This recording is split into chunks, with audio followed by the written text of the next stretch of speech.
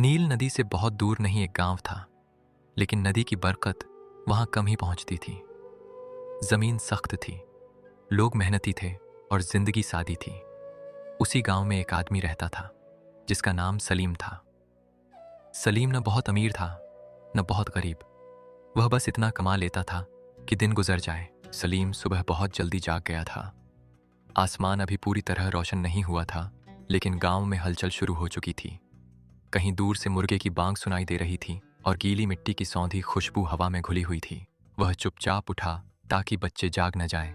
मरियम जमीन पर बिछे पुराने कपड़े पर सो रही थी और यूसुफ दीवार के सहारे टिककर।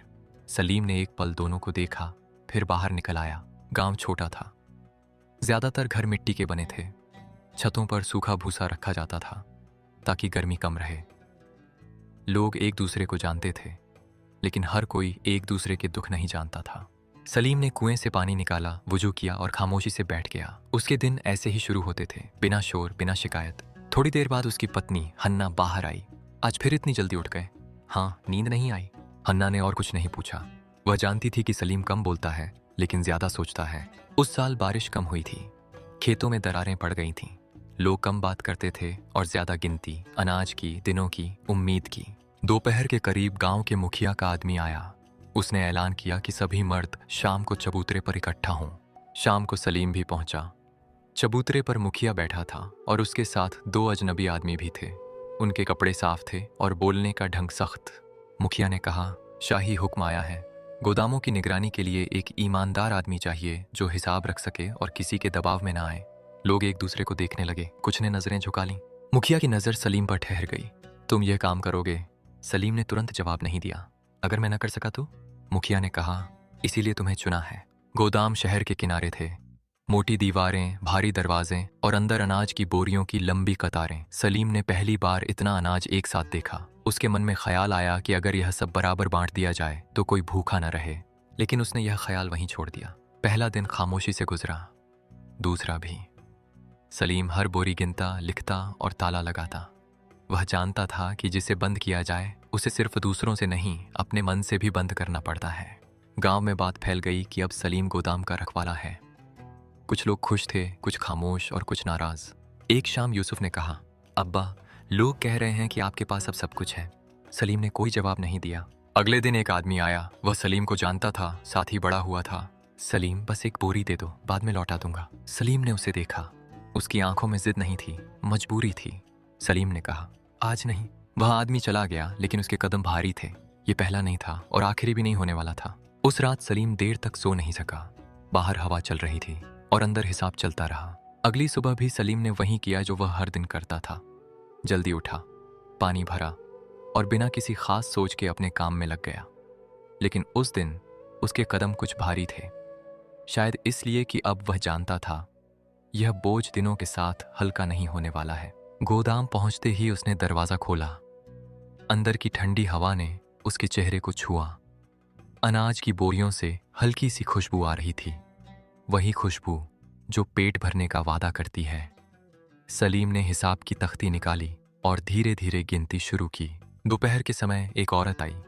उसका दुपट्टा पुराना था और चेहरे पर थकान साफ दिखाई दे रही थी। वह खामोशी से खड़ी रही, जैसे बोलने की हिम्मत जुटा रही हो। कुछ कहना है? सलीम ने पूछा। औरत ने नजरें नीचे रखकर कहा, मेरे शौहर बीमार हैं, काम नहीं कर सकते, बच्चे छोटे हैं। मैं कुछ मांगने नहीं आई, बस बताने आई हूं। सलीम ने उसकी बात सुनी, कुछ नहीं कहा। औरत थोड़ी देर रुकी, फिर लौट गई। उस दिन सलीम ने हिसाब पूरा किया, ताला लगाया और घर वापस आ गया। लेकिन औरत की बात उसके साथ चलती रही। वह जानता था कि कल कोई और आएगा, फिर कोई और। यह कहानी सिर्फ एक गोदाम की नहीं थी।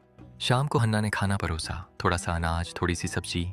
यूसुफ ने थाली की तरफ देखा और कहा, अब्बा, अगर आप चाहें तो हम बेहतर खा सकते हैं। सलीम ने सिर उठाकर उसकी तरफ देखा। तुम्हें लगता है कि बेहतर खाना सिर्फ पेट का होता है? यूसुफ ने कोई जवाब नहीं दिया। अगले दिन मुखिया ने सलीम को बुलाया। शिकायतें आ रही हैं, मुखिया ने कहा। लोग कहते हैं तुम सख्त हो गए हो। सलीम ने कहा, मैं वही कर रहा हूं जो कहा गया है।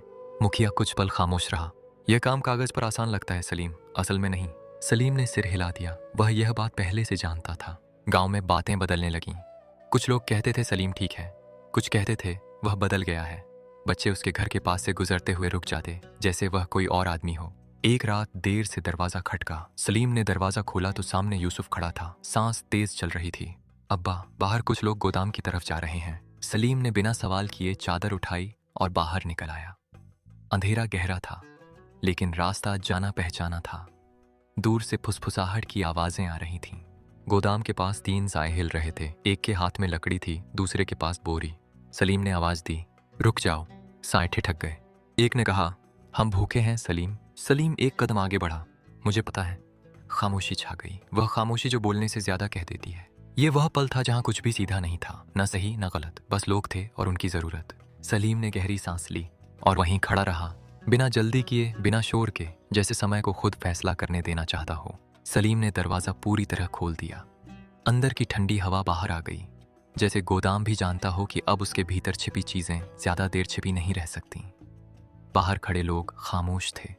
न किसी ने नारा लगाया, न शोर मचाया, बस आंखें थीं जो देख रही थीं। पास के गांव से आए लोग थके हुए थे। उनके कपड़ों पर धूल जमी थी और बच्चों के होंठ सूखे हुए थे।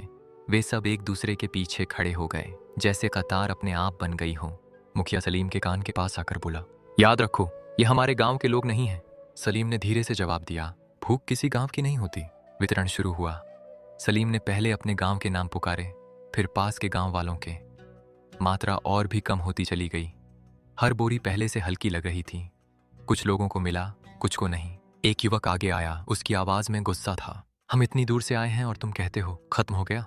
मुखिया बात संभालने की कोशिश करने लगा, लेकिन भीड़ में हलचल मच गई। लोग एक दूसरे को देखने लगे, बच्चे रोने लगे।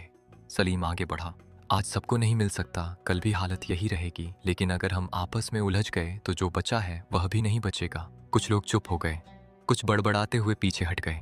युवक ने मुट्ठी भींची, फिर खोल दी और खामोशी से लौट गया। शाम तक गोदाम के आसपास सन्नाटा छा गया। लोग अपने अपने रास्तों पर लौट गए। कुछ के हाथ भरे थे, कुछ के खाली। यूसुफ ने सलीम के साथ ताला लगाया। अब्बा, क्या हम गलत कर रहे हैं? सलीम ने ताले को आखिरी बार जांचते हुए कहा, हम वही कर रहे हैं जो इस वक्त हमें सही लग रहा है। सही या गलत ये वक्त बताएगा। रात को गांव में बातें तेज हो गईं। कुछ लोग कह रहे थे कि बाहर वालों को देना बेवकूफ़ी है। कुछ कह रहे थे कि अगर न देते तो कल हम भी वैसे ही होते।